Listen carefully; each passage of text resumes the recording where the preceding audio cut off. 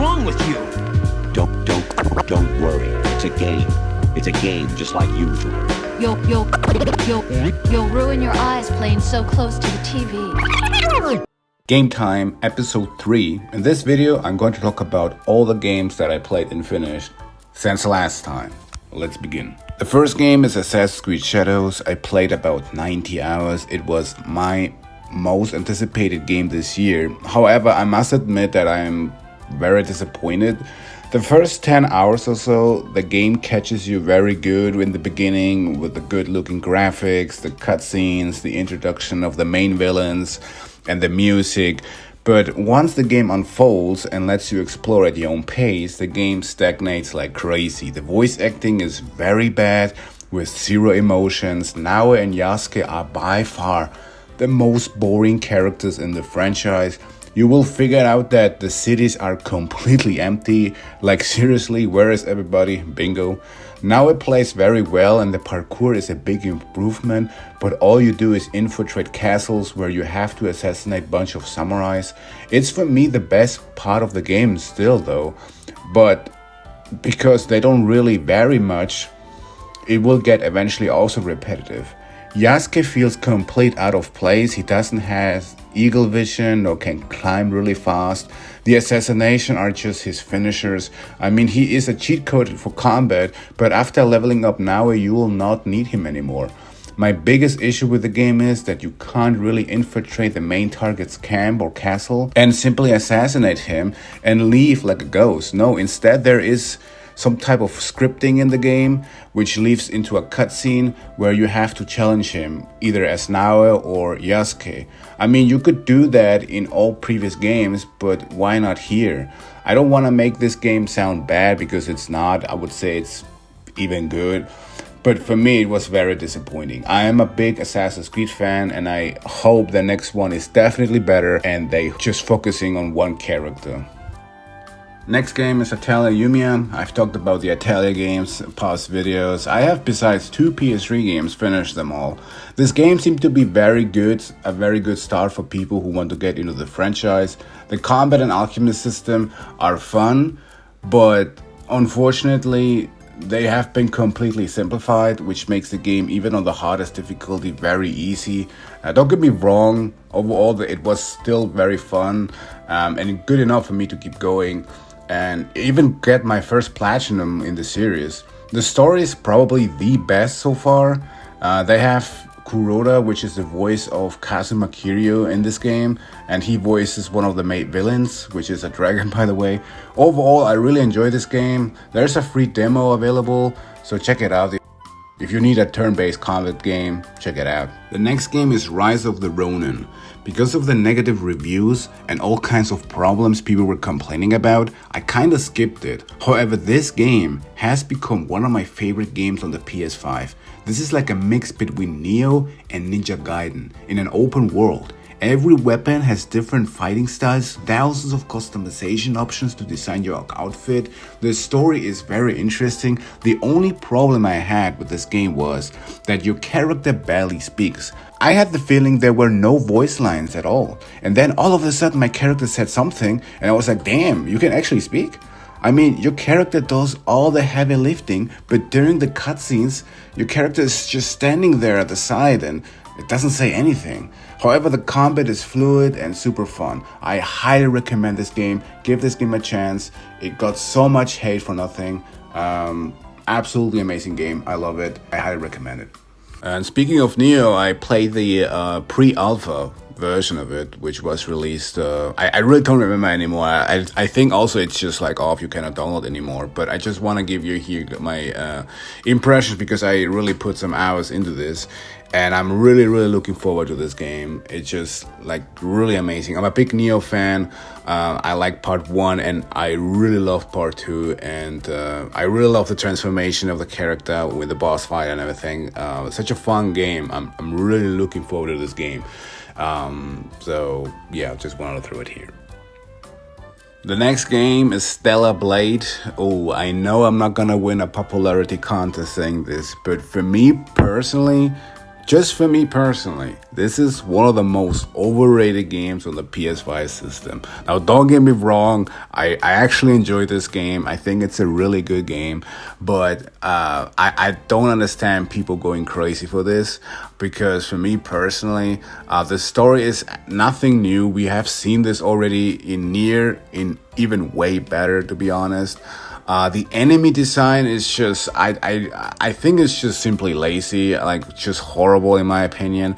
And the combat system is just incredible stiff at the beginning. It will be way better later, like seriously, and it will also be fun. But it takes just too much time, because you have to level up your character. Parry and the dodging mechanic gets better, so you have to upgrade that, and later on everything would just be so much better. But it takes just too much time. Like, you're already like 2/3 of the game when the combat actually starts to make fun.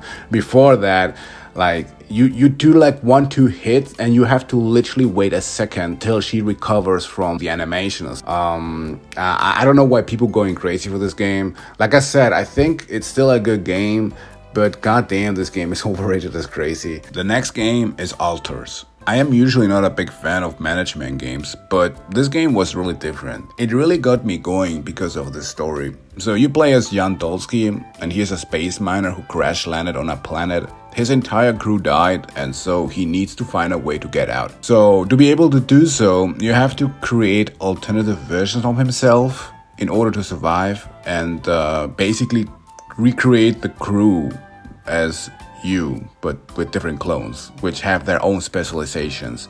So you need to mine materials while keeping your crew happy and find solutions to keep your distance from the sun. Like I said before, the story kept me going and was great. What I really liked the most is that the main topic in this game is regrets in life, decisions and mistakes you did. And that makes you think if that was actually good or not. And it's funny because the game gives you different endings. So I was like that. I was like, was it really the best outcome? So I played again and did everything worse.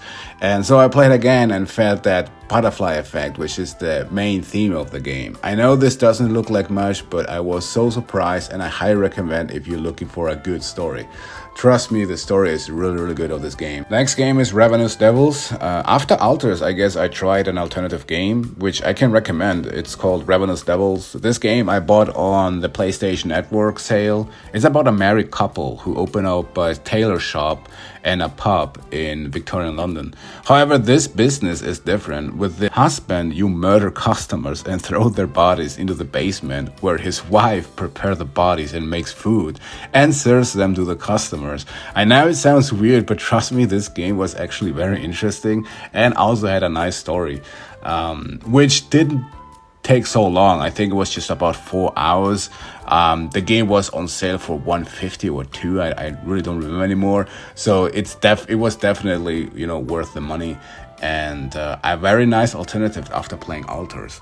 The next game is American Fugitive. This game was also another one from the digital sale. In this game, you play as Will Riley, which ends up in prison for the murder of his father, which he was blamed for. So you escape from prison and do different missions for different characters that brings you closer to the true murderer. I actually liked it in the beginning, but you do a lot of this stuff very repetitively. You can break into houses and steal stuff to sell and upgrade your skills, which I really liked, and I've done actually most of the time. But sometimes you can break into a house, steal everything, and come back later after 5 minutes, which then the door is still open, but the stuff has respawned. The game was overall okay, but it's nothing I would really recommend unless you are very thirsty for some OG GTA action. And then I kind of revisited the Mafia series. I played Mafia 2, but just like the first few missions, just to see how it looks. Last time I played this game was on the Xbox 360, and it's my favorite Mafia game. I only give it a try just to see how the definitive edition looks, and it looks actually quite good, and it has all the DLC, so this was a surprise. Then Mafia 3, which I played for the first time because, well, I never played it and I wanted to be up to date with the story since Mafia: The Old Country is out now. Mafia 3 is not your typical Italian mob boss game, but I still really enjoy it very much simply because I love the action. It's basically like a combination between The Punisher and 50 Cent Bulletproof. I just really love this game a lot, and even though it has no Italian mob boss charm, I still really like this game. And since we are already in the Mafia franchise, the next game is going to be Mafia: The Old Country. I am very positive surprised about this game. My expectations were very low because I thought this is going to be very similar to the Mafia Definitive Edition gameplay wise, but just with a different, skins and settings. But the gameplay is really different. The gunfights feels much heavier, and they're giving you a definitely better feedback with the guns. And so when you're shooting somebody in the head, he just like falls down like a sack of potatoes, and not like in previous games where you shoot them 5 times in the head and they're doing some over dramatic dying animation for the next 10 seconds or so. And the driving mechanic feels really good. The story is very tense and I really liked it.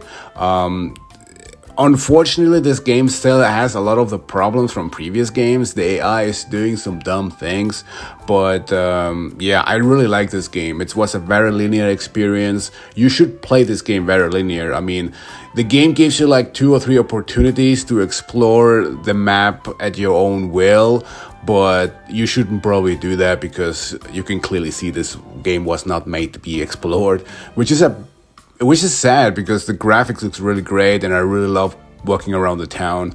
Yeah, it is a good game. $50 for me personally was worth it because, like I said, I'm very positive surprised. If you're a Mafia fan, you're definitely gonna enjoy this game. Don't listen to those haters because I think they don't even have played this game, to be honest, because I don't understand people calling this game boring or whatever, because this game is not boring. Very good story, a good gameplay, unfortunately with some technical weaknesses yet again, but it is fun and I liked it.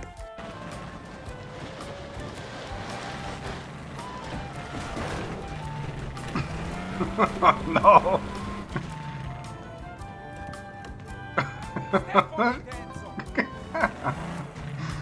Shit.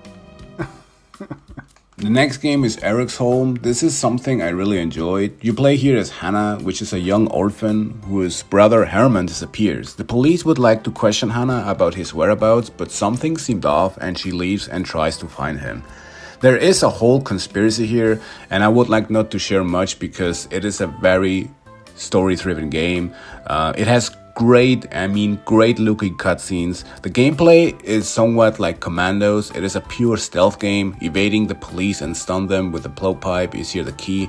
If the cops finds a body or Hannah, then it's game over. It's a try and error concept, but with a lot of fun ideas, and later on you gonna get also some different characters to avoid repetitiveness. I got the platinum after 8 hours, and sadly, because there are not other ways to pass guards, it does not have much replay value, but overall I really enjoyed the game and it's great.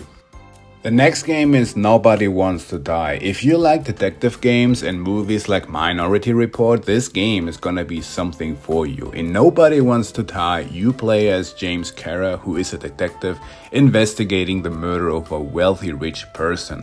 The police has a big interest to keep this low profile, but soon you will cover a conspiracy targeting the city's elite with a serial killer. Since this is a story-driven game, I live it like that. It is also only available digitally, this game, and it's only 6 hours long, but it was a great experience and I really like it. Highly recommend this game. The next game is College Football 26. My first impression of this game was actually good because I played an entire career of Road to Glory as a running back, which you don't see a lot of the problems because, well, you get the football in your hands and you just run. You will eventually be annoyed by the defender standing in front of you, but you don't see a lot of the issues. When you play as a wide receiver or quarterback, things change. As a wide receiver, you don't really get a lot of good passes, and if you play as a quarterback, you will get sacked a lot of times because the defenders are basically doing nothing and also intercept by no reason. I highly recommend to people who have a big interest on a football game to get themselves College Football 25, because the price is just at this point probably half of it. And if you're buying it used, you can definitely save some cash. The gameplay of 25 was chaotic, but it was still fun, and I think that's the most important point, I would say. And definitely enjoyed that much more. I don't know what's going on, and I'm really disappointed. I thought it's gonna be like 25 but improved, but it's just somehow worse than 25. I don't know why, but yeah, just wanted to add this game because it has made a lot of impact on the internet. There's a lot of videos, people hating, people loving it. I must say I'm probably towards more not hating this game, but I would say this game is not as good as people really putting it on the internet. And the last game is, for me personally, my game of the year. I have played this game for about 125 hours. I got the platinum, and I must say, great game. It has so much more action than the first one. The story is still confusing, but you'll start to connect the dots. There is a lot of over-the-top crazy stuff, but it's worth playing. If you are one of those people who say, oh, this is a walking simulator, trust me, it's not. There's so many people saying that this is game of the year, and it wouldn't be just simply a walking simulator if people calling it out game of the year nonstop. The only thing I was annoyed by this game is that sometimes it's overbloated by the trash from other people. I don't know how to describe it anything else. You'll see a non-stop signs everywhere, or cars or bridges and ladders that leads to nowhere. This can be sometimes a pain and ruin the immersion, but I really like this game. I highly recommend to play this game seriously. Such a fun game. I played the first one and I liked it, but not that much. But this one is an absolutely amazing game. Thank you for watching. See you next time. Bye.